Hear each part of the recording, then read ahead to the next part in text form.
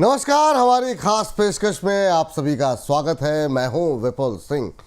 हर रविवार को एक खास विशेष मेहमान के साथ हम आते हैं आपके साथ पास और समझने की कोशिश करते हैं कि अब आगे की बाज़ार की दिशा कैसी रह सकती है।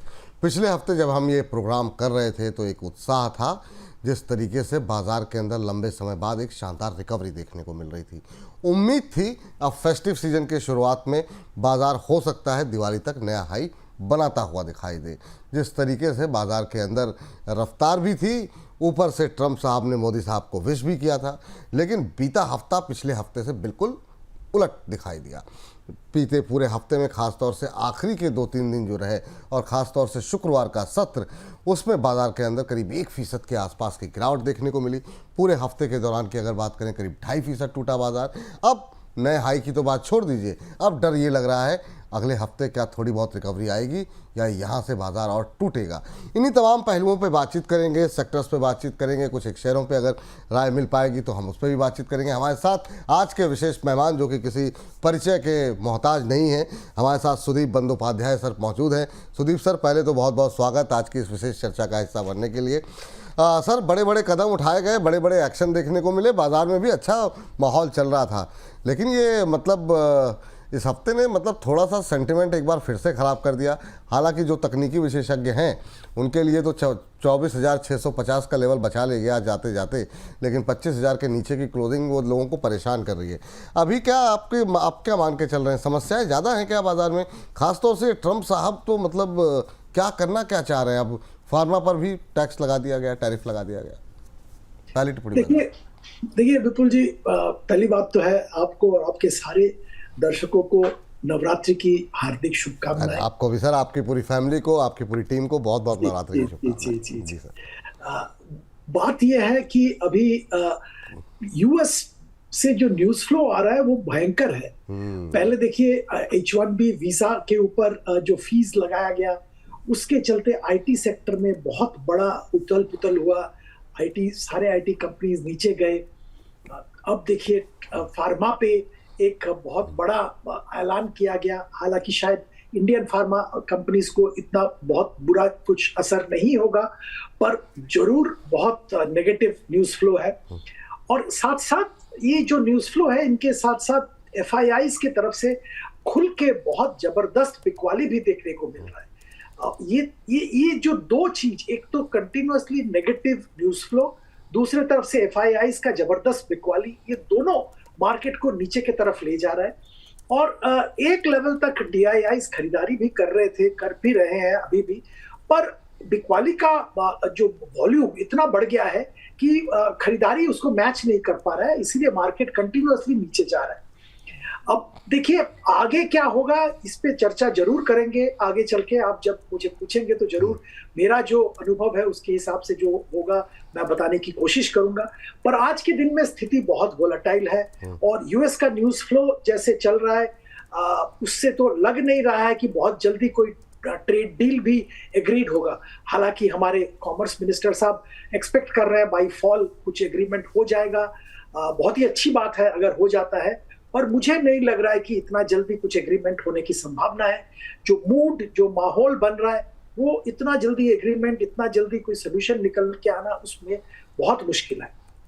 बिल्कुल सर, ये बात तो आप सही कह रहे हैं कि जिस तरीके से माफ़ कीजिएगा, माहौल देखने को मिल रहा है उसमें तुरंत कोई डील होना तो मुश्किल है। लेकिन सर, इतनी अनसर्टेनिटी जो एक बनी हुई है पूरी दुनिया के अंदर, वो कितना अभी आपको लगता है क्या जो हम उम्मीद कर रहे थे कि शायद रिश्तों में थोड़ी मधुरता आती हुई दिखाई दे रही है, क्या अभी हम मान के चलें कि ये जब तक अभी ट्रंप साहब रहेंगे, जो कार्यकाल बचा हुआ है, इसी तरीके से वॉलेटिलिटी, इसी तरीके से भारी उतार चढ़ाव हम आगे आने वाले दिनों में देखते रहेंगे, या कोई बीच का रास्ता अभी निकलता दिखाई दे रहा है आपको? विपुल जी, जो यूएस में हमारे मित्र जो हैं उन लोगों से जब बातचीत होता है, वो तो उनका मानना है, ज्यादातर जो एक्सपर्ट है प्राइवेट डिस्कशन में, वो कहते हैं कि ट्रंप साहब कैओस में थ्राइव करते हैं। और तो ये अगर स्थिति है तो ये तो बिल्कुल साफ है कि ऐसा माहौल बना रहेगा अगला 3.5 साल भी। 3 साढ़े 3 साल जो भी ट्रंप साहब का टेन्योर बचा है, ये कंटिन्यूअसली कुछ ना कुछ वोलेटिलिटी, कुछ ना कुछ अनाउंसमेंट्स, कुछ ना कुछ ऐसे डिसरप्टिव स्टेप्स लिए जाएंगे। तो उसके लिए हम लोगों को तैयार रहना पड़ेगा, मार्केट को भी तैयार रहना पड़ेगा। और हमेशा एक कहते हैं ना, टेंटर हुक्स में रहना, वो ही होगा, हो जाएगा। सर, अब जरा अपने घरेलू फ्रंट पर आते हैं। काफ़ी सारे कदम तो उठा दिए गए, मतलब एक तरीके से कह सकते हैं कि सभी चीज़ें फायर कर दी गई हैं एक साथ, लेकिन उसका जो असर होना चाहिए था बाज़ारों पर, वो उस तरीके से नहीं दिखाई दिया। जीएसटी रिफॉर्म एक बहुत बड़ा कदम था, आरबीआई का रेट कट बड़ा कदम था, आगे भी विकल्प खुले हुए हैं रेट कट को लेकर के। इनकम टैक्स में जो छूट दी गई, 8 पे कमीशन अभी आने वाला है, बाज़ार अगर फ्यूचर को डिस्काउंट करके चलता है, वो तमाम चीज़ें दिख नहीं रही हैं। कहाँ मतलब बाज़ार को किस ट्रिगर का इंतज़ार है? क्या मतलब बाहरी फैक्टर इतने बड़े हो गए हैं कि घरेलू बाजार, हम अपने घर में चाहे जो कदम उठा रहे हैं, उसका असर क्यों नहीं दिख रहा बाज़ार पे? देखिए, बाजार में जो बाहर के फैक्टर्स हैं वो बहुत बड़ा हो गया है। एफआईआईज की तरफ से बहुत जबरदस्त सेलिंग आ रहा है, इसके चलते मार्केट नीचे गिर रहा है। डोमेस्टिक जो स्टेप लिए गए हैं वो इंडियन इकोनॉमी के लिए सही है और डिमांड को बढ़ाने के लिए भी सही कदम लिए गए हैं। और अब अगर आगे की बात करें, अगले हफ्ते की बात करें या उसके बाद दिवाली तक की बात करें, तो एक मिनट के लिए अगर हम जो ग्लोबल न्यूज फ्लो है, यूएस के से जो खबर आ रहे हैं उसको अगर एक साइड में रखें, तो डोमेस्टिक जो न्यूज फ्लो जो मार्केट को सपोर्ट कर सकता है, उसमें पहला है आरबीआई का क्रेडिट पॉलिसी। अब पॉलिसी मीटिंग अगले हफ्ते होगा और अनाउंसमेंट्स भी आएंगे। तो यहाँ पे अगर कोई अच्छा कदम लिया जाता है जो मार्केट को पसंद होता है, तो एक बार मार्केट में पर्टिकुलरली बीएफएसआई सेगमेंट में मोमेंटम वापस आ सकता है। क्योंकि 2-4 और भी जो फैक्टर्स हैं वो बीएफएसआई के फेवर में है। पहली बात है, डिमांड में कंजम्पशन डिमांड में बढ़ावा आया है, उसके चलते क्रेडिट का डिमांड बढ़ रहा है। एसेट क्वालिटी सिग्निफिकेंटली इंप्रूव हुआ है बीएफएसआई में, और वैल्यूएशन भी एक हद तक नीचे आने के बाद शायद एक अपॉर्चुनिटी है ऊपर जाने का। तो मैं मानता हूं कि आरबीआई क्रेडिट पॉलिसी अगर अच्छा आया तो बीएफएसआई मार्केट को लीड कर सकता है। तो सर, ये अच्छी खबर की बात आपने की, तो हम ये मतलब अच्छी खबर का मतलब रेट कट ही मान के चलें? आप ये कह रहे हैं कि अगर अगले हफ्ते एक और रेट कट हो जाए तो फिर सोने पे सुहागा होगा? ये रेट कट तो बहुत ही सोने पे सुहागा होगा। रेट कट के साथ साथ या उसके अलावा भी अगर पॉलिसी स्टांस चेंज किया जाए, कुछ सीआरआर वगैरह और भी जो फैक्टर्स है जो कि लिक्विडिटी को बढ़ावा देता है, कॉस्ट को नीचे लाता है, ऐसा कुछ कदम लिया जाए तो वो भी मार्केट को हेल्प करेगा जरूर। इसके साथ साथ मैं और एक पॉइंट विपुल जी बताना चाहूंगा जो डोमेस्टिक मार्केट को आगे ले जा सकता है। देखिए, 1 अक्टूबर से बहुत सारे कंपनीज के बिजनेस अपडेट आना चालू हो जाएगा, पर्टिकुलरली ऑटोमोबाइल सेक्टर की। और यहाँ पे उम्मीद है कि जो बहुत जबरदस्त डिमांड, जैसे मारुति के से अगर आप बात करें तो उनका ऐसा डिमांड कभी उन्होंने नहीं देखा, ऐसा डिमांड आया है उनका, इंक्वायरी, डिमांड, बुकिंग। हुंडई में भी ऐसे ही हुआ है। और हम उम्मीद कर रहे हैं कि हीरो मोटोकॉर्प जो कि 2 व्हीलर्स बेचते हैं लोअर सेगमेंट के, वहां पे भी बहुत जबरदस्त डिमांड आया होगा। तो ये सारे जो लोअर एंड के ऑटोमोबाइल्स है, 4 व्हीलर की बात करें, 2 व्हीलर्स की बात करें, वहां पे एक जबरदस्त मोमेंटम वापस आया है, ऐसा लग रहा है।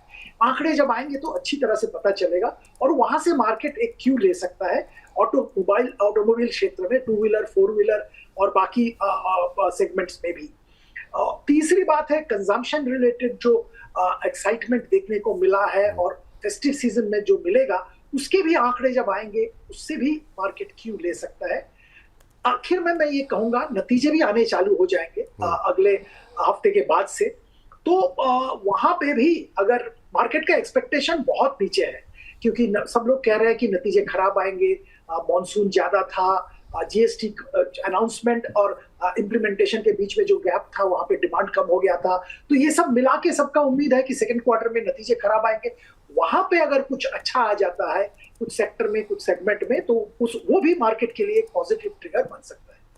तो ये तमाम 2-3 महत्वपूर्ण बातें हैं। आरबीआई की तरफ से अगर कोई पॉजिटिव कदम उठाया जाता है तो बाज़ार के लिए पॉजिटिव हो सकता है। ऑटो बिक्री के नंबर, फेस्टिव सीज़न के नंबर्स, और वहाँ पे अगर डिमांड बढ़ती है और सबसे महत्वपूर्ण दूसरी तिमाही के अगर नतीजे जो है वो उम्मीद से अगर बेहतर रहते हैं तो वो बाज़ार के लिए पॉजिटिव ट्रिगर हो सकता है।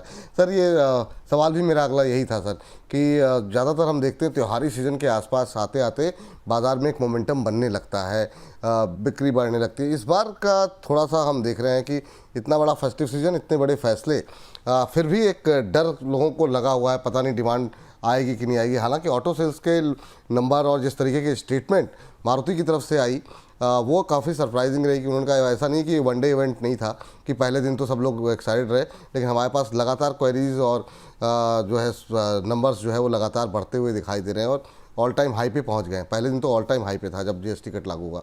तो सर आपकी एक्सपेक्टेशन क्या है, क्या वाकई में जिस उम्मीद से ये कट किया गया था ऑटो के अलावा बाकी सेक्टर्स तक पहुंच पाएगा ये, मतलब चाहे गरीब शहरी डिमांड हो या फिर रूरल डिमांड हो, क्या एक्सपेक्टेशन आपकी है? नहीं, जरूर पहुंच पाएगा। मेरा ये मतलब एक्सपेक्टेशन है कि बाकी सेगमेंट्स में भी इसका पॉजिटिव असर देखने को मिलेगा।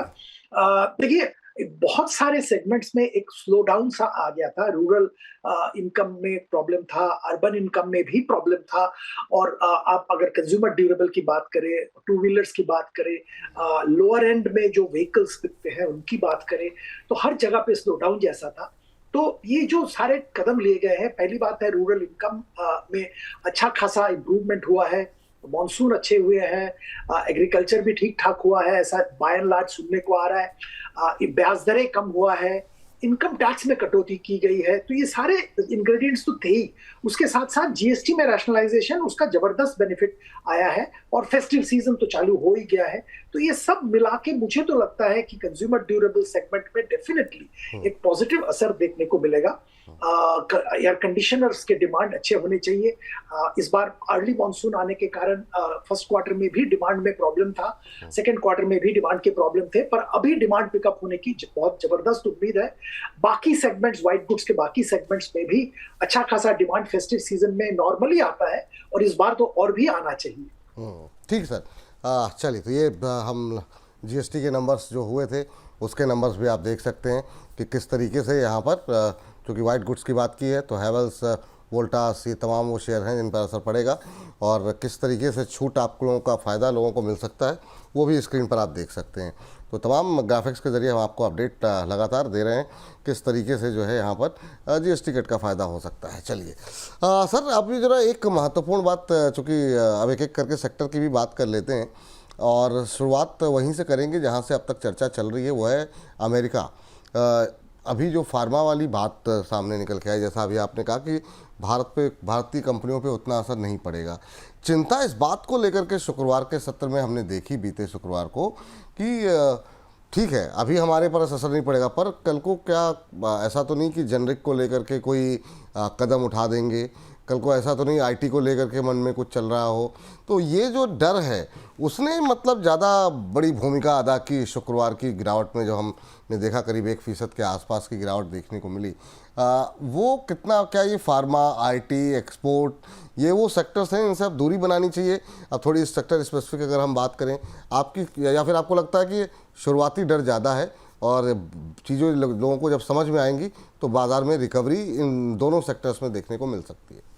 ये पहले अगर फार्मा की बात कर ले तो फार्मा में मुझे नहीं लगता है जेनेरिक्स में बहुत ज्यादा कुछ नेगेटिव अनाउंसमेंट आएगा, क्योंकि अगर ऐसा होता है तो उसका सबसे बड़ा प्रॉब्लम यूएस कंज्यूमर्स को होगा।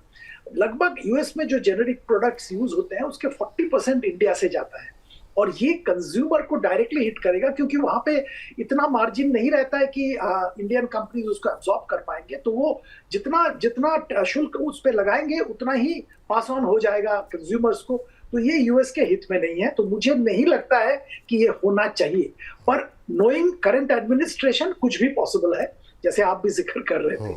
आईटी के बारे में भी मैं यही कहूंगा कि आगे और कुछ होना नहीं चाहिए, पर दिक्कत जरूर है।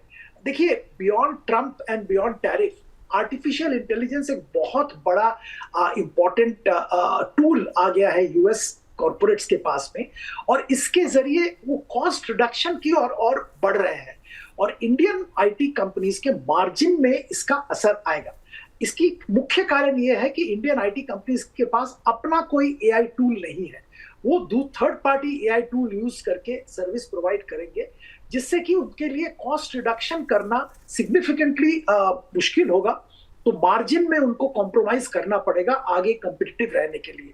तो ये एक स्ट्रक्चरली एक इशू बन गया है इंडियन आईटी कंपनीज के लिए। तो मैं आईटी में तो सतर्क रहने की ही सलाह दूंगा, unless you are going for specific niche IT companies, जैसे ट्रैवल टूरिज्म को कोई सेगमेंट को कोई केटर करता है, या ऑटोमोबाइल सेगमेंट को कोई केटर करता है, जहां पे की बहुत ट्रैक्शन है। ऑटोमोबाइल में ट्रैक्शन है क्योंकि ट्रांजिशन हो रहा है आइस से ईवी में, ट्रैवल टूरिज्म दुनिया भर में बहुत अच्छा चल रहा है। तो ऐसे नीश सेगमेंट के आईटी कंपनीज के लिए ठीक है, बाकी आईटी कंपनीज के लिए थोड़ा सतर्क रहना चाहिए। फार्मा का जिक्र मैंने किया, by and large Indian pharma companies के लिए प्रॉब्लम नहीं है, एक्सेप्ट मैं कहूंगा सन फार्मा, जो जिनके पास पेटेंटेड ब्रांडेड प्रोडक्ट्स हैं, वो एक्सपोर्ट करते हैं, तो they will have to manage somehow. Wockhardt export करते हैं, पर ईयू में उनका जो फैसिलिटी है वहां से एक्सपोर्ट करते हैं, तो उस पर तो 15% टैक्स होगा, ज्यादा नहीं होगा। तो बाय एंड लार्ज कोई प्रॉब्लम नहीं है। जेनेरिक्स में लॉजिकली टैक्स नहीं आना चाहिए, ये मैं मानता हूं। अब कंज्यूमर क्या करे? कंज्यूमर के लिए तो मैं पहले भी शायद आपके प्रोग्राम में आपके दर्शकों को बता चुका हूं कि जो माहौल यूएस का है, उसमें मेरा सजेशन तो ये है कि आप डोमेस्टिक फोकस सेक्टर्स में, और जो सेक्टर्स में यूएस का एक्सपोजर नहीं है, वहां पे ध्यान दीजिए। ऐसे बहुत अपॉर्चुनिटीज है। जैसे फार्मा की ही बात करें, अगर आपको फार्मा में ही रहना है तो डोमेस्टिक फोकस फार्मा कंपनी पे ध्यान दीजिए। मैनकाइंड फार्मा का जिक्र मैंने शायद पहले भी किया है। ऐसे और भी कंपनीज हैं जो कि डोमेस्टिक फोकस फुल्ली है, 95-98% उनका डोमेस्टिक बिजनेस है। डोमेस्टिक फार्मा बिजनेस 25% CAGR के रेट से ग्रो कर रहा है, तो अच्छा अपॉर्चुनिटी तो वहां पे भी है। सिमिलरली जी जी जी जी जी नहीं आप कंटिन्यू कीजिए सर। जी सर, जैसे डोमेस्टिक मार्केट में कंस्ट्रक्शन, इंफ्रास्ट्रक्चर, सीमेंट, यहाँ पे कोई यूएस का बाकी किसी चीज का कोई असर ही नहीं है। तो यहाँ पे फोकस करिए। सरकार की तरफ से बहुत बड़ा कैपिटल एक्सपेंडिचर हो रहा है, हाउसिंग फॉर ऑल पे काम चल रहा है, इंफ्रास्ट्रक्चर पे स्पेंडिंग हो रहा है। तो कंस्ट्रक्शन, इंफ्रास्ट्रक्चर, किसी भी कंपनी, आप ढंग का कंपनी उठा के देख लीजिए, उनके ऑर्डर बुक्स जबरदस्त ऑर्डर बुक है, कंटिन्यूअसली उनको ऑर्डर मिल रहा है और मिलेगा भी। अब क्वेश्चन इंप्लीमेंटेशन कैसे करते हैं, वहां पे आप एफिशिएंट कंपनी चुन के खरीदारी कीजिए। तो ऐसे बहुत सारे सेगमेंट्स हैं। सीमेंट का मैं जिक्र ऑलरेडी कर चुका हूं, बहुत ही बेहतरीन परफॉर्मेंस सीमेंट कंपनीज का आने वाले दिनों में देखने को मिलेगा, ऐसा मेरा उम्मीद है। कॉस्ट कंट्रोल जबरदस्त किया है by and large cement companies में, डिमांड बढ़ रहा है, प्राइसिंग पावर वापस आ रहा है। तो बहुत सारे ऐसे फैक्टर्स हैं जिसको ध्यान में रख के आप डोमेस्टिक फोकस्ड कंपनीज पे ध्यान दीजिए। बिल्कुल सर, काफ़ी महत्वपूर्ण बात कही। तो अभी तक जो बात निकल करके सामने आई है उसमें आईटी सेक्टर्स को लेकर के सुदीप सर का कहना है कि थोड़ा अलर्ट रहिए, थोड़ा सतर्क रहिए। फार्मा में अभी भी निवेशित रहने की सलाह है, लेकिन फोकस वहाँ करिए जहाँ पे उनका फोकस जो है वो घरेलू मार्केट पे ज़्यादा हो। हालांकि बहुत ज़्यादा इम्पैक्ट पड़ेगा इसका, उनको एक दो कंपनियों को छोड़ दिया है। सन फार्मा का जिक्र आपने किया, वोकहार्ट का जिक्र किया, वो आगे कैसे बिहेव करते देखना होगा। लेकिन मैनकाइंड समेत ऐसी कंपनियां जिनका घरेलू बाजार पर ज़्यादा फोकस है, वहाँ निवेश करना चाहिए। कंस्ट्रक्शन इंफ्रास्ट्रक्चर स्टॉक्स में निवेश की सलाह है, और सीमेंट कंपनियों में निवेश के बेहतर मौके देखे जा सकते हैं। यही कहा ना सर आपने? मैंने गलत तो नहीं कहा कुछ? बिल्कुल जी। हाँ, चलिए, तो ये बात सुदीप सर की से निकल के आई। अब एक एक सेक्टर को पकड़ने की कोशिश करते हैं, बहुत सारे सेक्टर्स पे बात करनी है सर से। सर, एक सेक्टर पे अब हर बार आपसे बात होती है, उस बात को और आगे बढ़ाते हैं। और सर ये मतलब जितना लग रहा था उससे ज़्यादा चीज़ें निकल के आ रही हैं डिफेंस के अंदर। लगा कि ये सीन फिर ठंडी पड़ रही है, लेकिन जिस तरीके से अभी एचएल के मैनेजमेंट को हमने सुना, और उन्होंने जिस तरीके से बताया आगे किस तरीके से वो काम कर रहे हैं, रशियन कंपनियों के साथ बातचीत चल रही है। अब मिक की जगह आप तेजस लेगा, वहाँ से किस तरीके से ऑर्डर आ रहे हैं। ये आपको लगता है कि अभी डिफेंस की थीम ये अब एक और ऐसा सेक्टर है जहाँ पर यूएस का और बाकी जगहों पे उतना इंटरफेरेंस नहीं है, और यहाँ ये थीम अभी चलेगी सर क्या? डिफेंस एज ए थीम तो जरूर चलेगा। मेरा इसमें एक ही दिक्कत है कि वैल्यूएशन बहुत ज्यादा है। और देखिए, हम लोग मतलब मार्केट में ऐसा हो रहा है कि जैसे जैसे इनको एक नया ऑर्डर आता है, शेयर प्राइस ऊपर जा रहा है। अब यहाँ पे डिफेंस कॉन्ट्रैक्ट में ऑर्डर आना और उसको इंप्लीमेंट करके प्रॉफिट में कन्वर्ट करना, इसमें बहुत लंबा गैप होता है। आप एक शिप का ऑर्डर आपको मिला, ये शिप को बिल्ड करके आपको मतलब रेवेन्यू रियलाइज करने में 4-5 साल लग जाते हैं। और आपको किसी कंपनी को एक शिप का ऑर्डर मिल गया, आपने इमीडिएटली शेयर प्राइस बढ़ा दिया, शेयर प्राइस बढ़ गया, तो उसमें बाद में डिसअपॉइंटमेंट आ सकता है। इसीलिए मैं हमेशा ये कहता हूँ निवेशकों को कि देखिए डिफेंस सेक्टर बहुत अच्छा सेक्टर और आगे भी बहुत अच्छा रहेगा, इसमें कोई दो राय नहीं है। सारे डिफेंस कंपनीज को भर भर के ऑर्डर मिल रहे हैं और मिलेगा भी, कोई दिक्कत नहीं है इसमें। पर आप वैल्यूएशन पे ध्यान दीजिए, और अगर आप इसी वैल्यूएशन पे एंटर कर रहे हैं, जैसे मैं कहूंगा डिफेंस इलेक्ट्रॉनिक्स, भारत इलेक्ट्रॉनिक्स मेरा पसंदीदा शेयर है। अब प्राइस तो बढ़ गया है, प्राइस कम नहीं है, अब 400 के ऊपर प्राइस चला गया है और यहां से भी ऊपर जाएगा। पर आप अगर खरीद रहे हैं इस लेवल पे तो आप लंबा सोच के खरीदिए। आप ऐसा ना सोचिए कि आपको 1 महीने में एग्जिट लेना है, 2 महीने में प्रॉफिट कमाना है। आप 2-3 साल का नजरिया बना के लीजिए, कोई प्रॉब्लम नहीं है। सिमिलरली आप जो शिपयार्ड्स हैं, सारे शिपयार्ड्स, कोचिन शिपयार्ड, मजगांव, गार्डन रीच, बहुत अपॉर्चुनिटी है सरकार की तरफ से। देखा होगा पिछले हफ्ते सरकार की तरफ से एंटायर शिपिंग इंडस्ट्री और शिप बिल्डिंग इंडस्ट्री को सपोर्ट करने के लिए बहुत बड़ा पैकेज का ऐलान किया गया है। करना भी चाहिए, बहुत जरूरी है हमारे कंट्री के लिए। और यहाँ पे बहुत मोमेंटम आना बाकी है, पर वैल्यूएशन अभी भी रिच है। तो अगर आप शिप बिल्डिंग में इंडस्ट्री में घुस रहे हैं, प्लीज करिए, पर लंबा नजरिया रखिए। तो बीएल अच्छा है डिफेंस में, जीआरएससी, कोचिन शिपयार्ड, मझगांव जैसे शेयर अच्छे हैं, महंगे लेकिन थोड़े से प्राइसेस लग रहे हैं। नज़रिया जब भी निवेश करें वो 2-3 साल से ऊपर का नज़रिया रखें, लॉन्ग टर्म का नज़रिया रखें। यहाँ पर बहुत तुरंत कोई रिटर्न मिलेगा तो ये मतलब ठीक है, कोई सरप्राइज आ जाए तो अलग विषय, अदरवाइज लॉन्ग टर्म का नज़रिया ही आपको यहाँ पर रखना चाहिए। सर, क्या प्राइवेट प्लेयर्स पे भी नज़र रखनी चाहिए, क्योंकि अब बड़े बार बार बातें निकल के आ रही हैं कि जिस तरह की सिचुएशन बन रही है उसमें मतलब पीएसयूज़ के साथ साथ प्राइवेट प्लेयर्स को भी पार्टिसिपेंट बनाया जाए। कुछ एक कंपनियां ऐसी हैं जो दूसरे सेक्टर में काम कर रही हैं, वो भी अब डिफेंस की तरफ बढ़ रही हैं कि यहाँ पर उस ऑर्डर बुक का फ़ायदा उठाया जाए। क्या प्राइवेट प्लेयर को भी ध्यान में रखना चाहिए, या अभी आपको लगता है बड़े बड़े खिलाड़ी तो इधर ही बैठे हैं पीएसयू में, उन पर ही फोकस रखना चाहिए? नहीं, ऐसी बात नहीं है, प्राइवेट प्लेयर्स पे भी फोकस रखना चाहिए। पर देखिए प्राइवेट प्लेयर का मतलब मैं तो ये सजेस्ट करूंगा कि आप यहाँ पे भी दिग्गज कंपनी पे निवेश करिए। लार्सन टुब्रो, शायद सबको मालूम भी नहीं है, लार्सन टुब्रो डिफेंस में बहुत बड़ा प्लेयर है, बहुत काम करते हैं डिफेंस में और आगे भी करेंगे। और कंपनी के बारे में मेरे लिए बताने के लिए कुछ बाकी तो नहीं है, सबको मालूम है, दिग्गज कंपनी है, बहुत सारे और बिजनेसेस है, बहुत अच्छा काम काज कर रहे हैं। तो अगर आपको डिफेंस प्राइवेट सेक्टर के थ्रू पार्टिसिपेट करना है, लार्सन में खरीदारी कीजिए, आप भारत फोर्ज में खरीदारी कीजिए। भारत फोर्ज ने एक छोटा सा डिफेंस बिजनेस था, उसको बहुत बड़ा कर रहे हैं और आने वाले दिनों में क्योंकि अपॉर्चुनिटी बढ़ रहा है, I am sure they will make it even bigger. तो ऐसे कंपनीज में फोकस करिए जहां पे बैलेंस शीट स्ट्रेंथ है और कॉन्ट्रैक्ट्स मिलते रहेंगे इनको। छोटे कंपनीज बहुत है, ड्रोन बना रहे हैं, बहुत और अच्छे काम कर रहे हैं, पर कंपनीज छोटे हैं और वैल्यूएशन बहुत बढ़ गया है। तो मैं थोड़ा सतर्क रहने की सलाह दूंगा वहां। ठीक सर, ये सर मतलब 2 खबरें आई बैंकों को लेकर के। एक तो मर्जर की भी खबरें बार बार आ रही हैं कि गवर्नमेंट अब चाह रही है कि इंटरनेशनल मार्केट में भारतीय बैंकों की और मजबूती के साथ प्रेजेंस रहे, इसके लिए वो कई सारे छोटे बैंकों को अब मर्ज करने की तैयारी में है। पीएसयू बैंक्स को लेकर के क्या व्यू है आपका, खासतौर से जो छोटे बैंक हैं, मिड कैप बैंक हैं, वहाँ रिटेलर्स की काफ़ी पोजीशन रही, लेकिन वो 1 साल हो गए लगभग उस तरीके से पार्टिसिपेट नहीं कर रहे। हालांकि बीते कुछ दिनों में ठीक है, एक रैली छोटी आती हुई दिखाई दी, कैनरा बैंक ने अच्छा प्रदर्शन किया, पीएनबी है, एसबीआई है, लेकिन ओवरऑल अगर हम देखें पिक्चर तो बहुत उत्साहित करने वाली नहीं रही। आगे आपको क्या चांसेस दिखाई दे रहे हैं पीएसयू बैंक्स खासतौर से मिड कैप में? देखिए जो आपने पहले स्टेटमेंट दिया वो बहुत ही इम्पोर्टेंट है, इनका कंसोलिडेशन होना चाहिए। एक साइज बहुत इंपॉर्टेंट होता है बैंकिंग क्षेत्र में और कंसोलिडेशन जरूरी भी है। तो कंसोलिडेशन अगर आगे होगा तो वो अच्छा होगा, इंडस्ट्री के लिए अच्छा होगा, देश के लिए अच्छा होगा।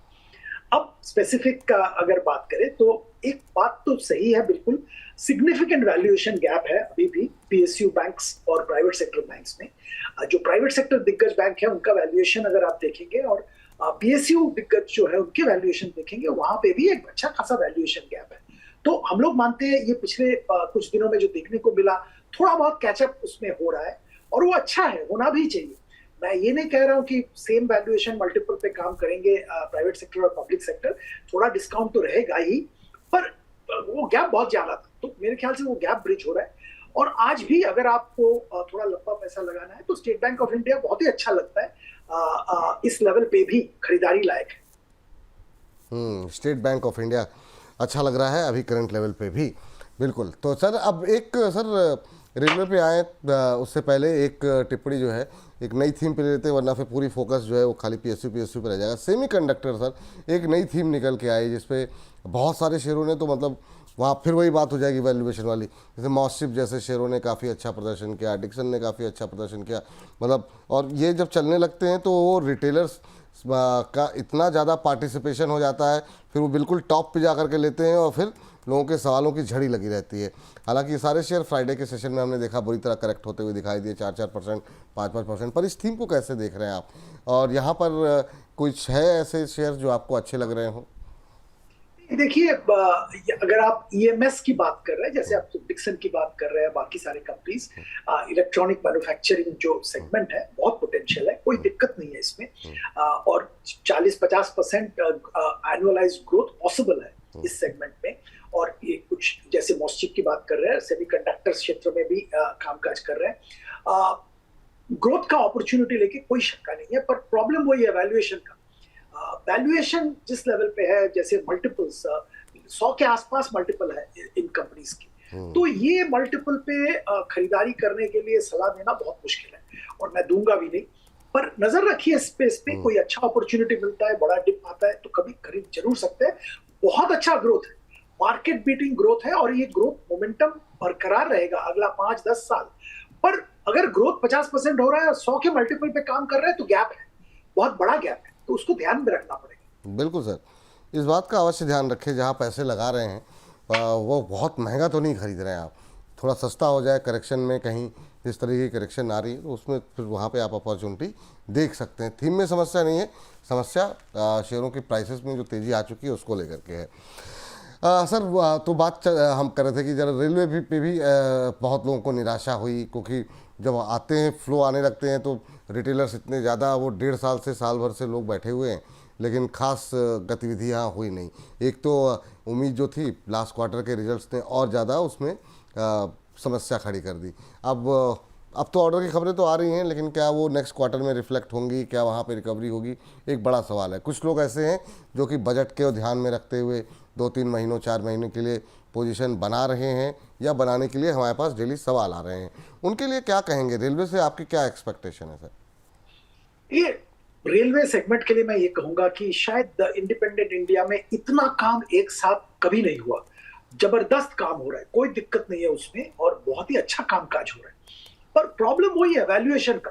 जो चीज मतलब ये जो वैल्यूएशन है ज्यादातर कंपनीज का, वो फंडामेंटल 2-3 साल बाद, 5 साल बाद वहां पे रीच करेगा। तो मार्केट ने ऑलरेडी उसका वैल्यू इतना बढ़ा दिया है कि इस वैल्यूएशन में मार्जिन ऑफ एरर बिल्कुल नहीं है। इसीलिए आप देखेंगे कि जब नतीजे आ रहे हैं तो वो फ्रस्ट्रेशन हो रहा है और मार्केट गिर रहा है। ये सारे रेलवे कंपनीज के एक ही जैसा चल रहा है। जैसे जैसे जब जब नतीजे आ रहे हैं उसके बाद जबरदस्त गिरावट आ रही है, क्योंकि आपका एक्सपेक्टेशन एक स्काई हाई हो गया है, और वहां पे पहुंचने में बहुत टाइम लगेगा, अभी भी टाइम बाकी है। अब प्राइवेट सेक्टर के अगर बात करें रेलवे पैक के अंदर ही, टीटागढ़ रेलवे सिस्टम्स जो है, वहां पे मुझे अच्छा अपॉर्चुनिटी दिख रहा है अभी भी, क्योंकि एक बहुत बड़ा ट्रांजिशन हुआ है। ये रेलवे वैगन बनाते थे, वहां से अभी मेट्रो रेल के कोच और मेट्रो रेल के सिस्टम्स बना रहे हैं, और जबरदस्त ऑर्डर बुक है। आने वाले दिनों में और भी ऑर्डर्स मिलने की उम्मीद है बेस्ड ऑन ट्रैक रिकॉर्ड। तो यहाँ पे और ये वैगन का बिजनेस छोड़ नहीं दिए, वो वहां पे भी अच्छा कामकाज चल रहा है, सॉलिड कैश फ्लो है, प्रॉफिटेबिलिटी है। तो ये सारा नजर में रखते हुए हमें लगता है कि टीटागढ़ रेल सिस्टम में नजर दिया जा सकता है। अभी भी अगर आपका 1 साल प्लस का नजरिया है, करंट लेवल पे भी आप खरीदारी कर सकते हैं। ठीक है सर, ये बात तो हो गई। अब जरा एक उस थीम की बात कर लेते हैं जिस थीम पे सब लोग लगातार बात कर रहे हैं, वो है कंजम्पशन पे लगातार बात हो रही है, जीएसटी कट को लेकर के। कहाँ फोकस करें? एक तो ये सेक्टर काफ़ी बड़ा है, जिसमें कि हम देख रहे हैं ऑटो भी है, जिसमें कंज्यूमर ड्यूरेबल भी है, जिसमें एफएमसीजी भी है। अब मतलब ध्यान कहाँ रखें? ऑटो में रिकवरी आती हुई दिखाई दी है, ऑटो पे अगर नज़र रखें सर तो ऑटो पे रखें या ऑटो इंसलरी पे ज़्यादा रखें? वहाँ पर भी हम देख रहे हैं काफ़ी अच्छा मोमेंटम है। आपकी टिप्पणी सर ऑटो को लेकर के क्या होगी? अभी बातचीत तो एक थोड़ी सी हुई है आपकी, लेकिन वहाँ क्या अच्छा लग रहा है? ऑटो इंसलरी, 4 व्हीलर ज़्यादा या 2 व्हीलर ज़्यादा, कहाँ फोकस कहाँ रखें? देखिए, पहले ऑटो की बात कर लेते हैं। ऑटो में मैं मानता हूं कि जो लोअर एंड को केटर करता है, वहां पे डिमांड का मोमेंटम बहुत अच्छा दिखने को मिला है पिछले 10 दिन में, और आने वाले दिनों में भी ये मोमेंटम बरकरार रहेगा, क्योंकि उसी एंड पे प्रॉब्लम था। तो जैसे मैं पहले भी जिक्र कर रहा था, मारुति, अभी भी मारुति लंबी अवधि के लिए अगर किसी को मारुति लेना है तो बहुत अच्छा है करंट लेवल पे भी। महिंद्रा एंड महिंद्रा पे ध्यान दीजिए, वो पहले से ही हमारा पसंदीदा शेयर था, अभी भी है, बहुत अच्छा काम कर रहे हैं अपने सेगमेंट्स में, वहां पे ध्यान दीजिए। टू व्हीलर्स में आप हीरो मोटोकॉर्प पे ध्यान दीजिए, क्योंकि ये जो अभी लोअर एंड पे बहुत अच्छा ट्रैक्शन देखने को मिल रहा है, उसका बेनिफिट हीरो मोटोकॉर्प को जरूर मिलेगा। तो ऑटो में ये सब कंपनीज पे जरूर ध्यान दीजिए। अब बारी आती है ऑटो एंसिलरी की। Between auto and auto ancillary हमारा पसंदीदा सेगमेंट रहा है बहुत दिनों से, और अभी भी है। हम मानते हैं कि ये सेगमेंट बहुत अच्छा काम काज आगे भी करेगा। देखिए, ट्रांजिशन हो रहा है, ये अनडाउटेडली दुनिया भर में हो रहा है। आइस जो इंटरनल कंबस्शन इंजन है, वहां से ईवी की तरफ ट्रांजिशन हो रहा है। अब ये ट्रांजिशन सक्सेसफुल होगा, कौन सक्सेसफुल होगा, कौन नहीं होगा, ये बताना बहुत मुश्किल है।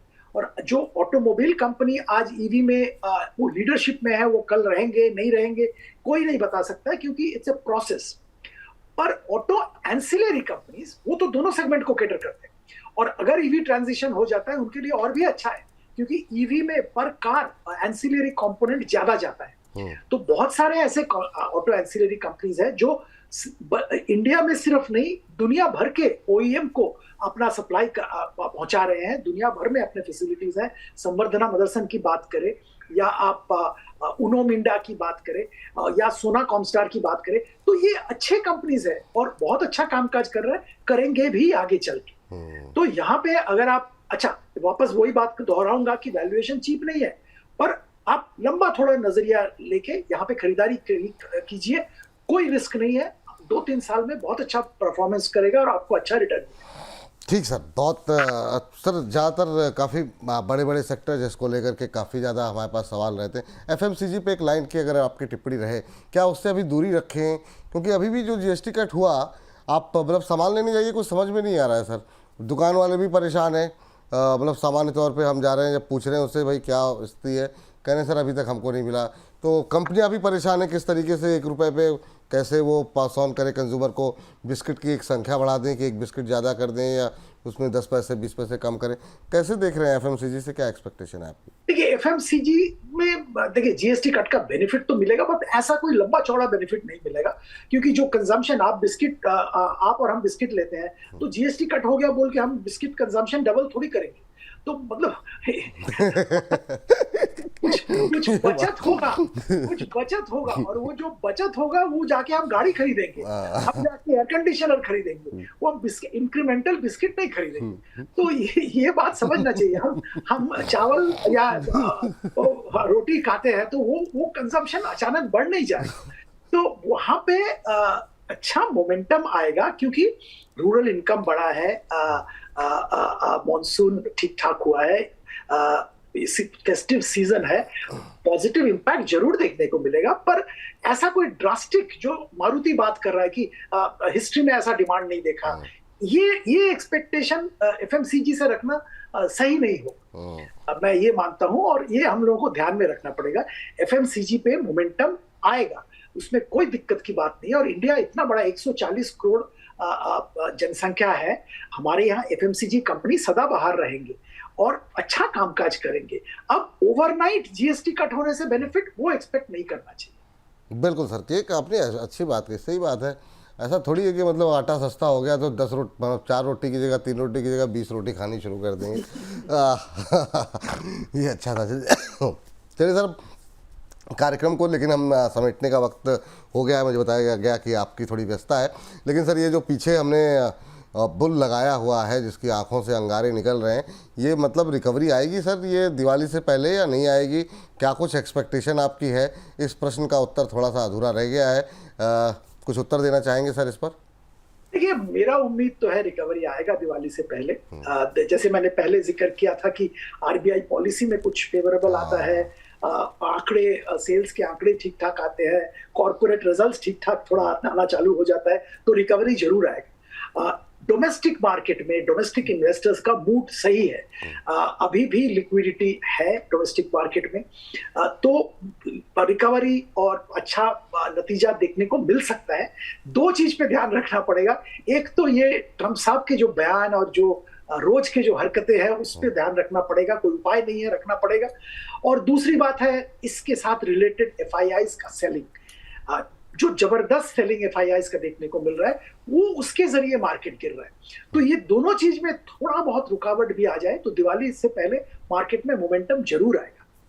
बिल्कुल सर, इसी उम्मीद के साथ, इसी सकारात्मक उम्मीद के साथ आपको बहुत बहुत धन्यवाद आपका सर, अपना समय देने के लिए, और बीच बीच पे समय देते रहिए। बहुत दर्शक आपको काफ़ी, आपकी टिप्पणियों को काफ़ी ध्यान से सुनते हैं और बहुत सारी टिप्पणियां हमारे पास भी आती हैं। तो थैंक यू सर आज की इस चर्चा का हिस्सा बनने के लिए। अभी से आपको धनतेरस की बहुत बहुत शुभकामनाएं, नवरात्रि की बहुत बहुत शुभकामनाएं, क्योंकि दिवाली से पहले तो मैं उम्मीद कर रहा हूँ एक बार आप समय और देंगे, तो इसलिए दिवाली की शुभकामनाएं अभी नहीं देंगे।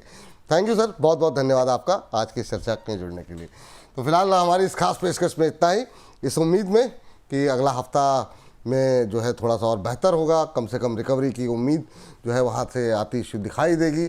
इसी के साथ कार्यक्रम को हम समाप्त कर रहे हैं। बाकी अगर आपके जो भी सवाल हैं, जो भी चिंताएं हैं, रोज़ सुबह 10 बजे, दोपहर 1 बजे जुड़िए हमारे साथ, अपने सवाल पूछिए और हम भी बेहतर ट्रेड्स आपको बताते रहें। मुझको फ़िलहाल के लिए इजाज़त दीजिए और लगातार बोनस के साथ बने रहिए।